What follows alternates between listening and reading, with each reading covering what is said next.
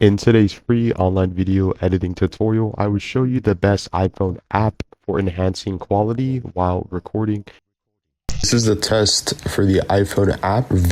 This is the test for the iPhone app video. Step number one is to drag the audio piece that you want to use onto the timeline in Adobe Premiere Pro CC. Now, in order to get this piece of audio that you want, go underneath Google Chrome or Microsoft Edge and search up Voice Record Pro. This currently works for the iPhone, but you can also search this up if you have an Android and wait for this to load. Underneath the recording settings, you have a different list of options. You can see these three options will dictate whether the file size is larger or smaller. I'm going to go with this option right here, record your audio track.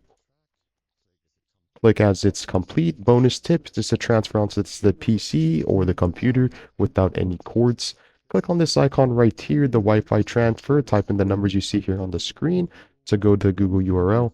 Once you have your audio file in Adobe Premiere Pro, go underneath to Effects, type Bass, Treble, Hard Limiter, make the bass 5, treble 10. Underneath Hard Limiter, click Edit. Move the first slider icon to the right until it says negative. Test for the iPhone app. This is the test for the iPhone app.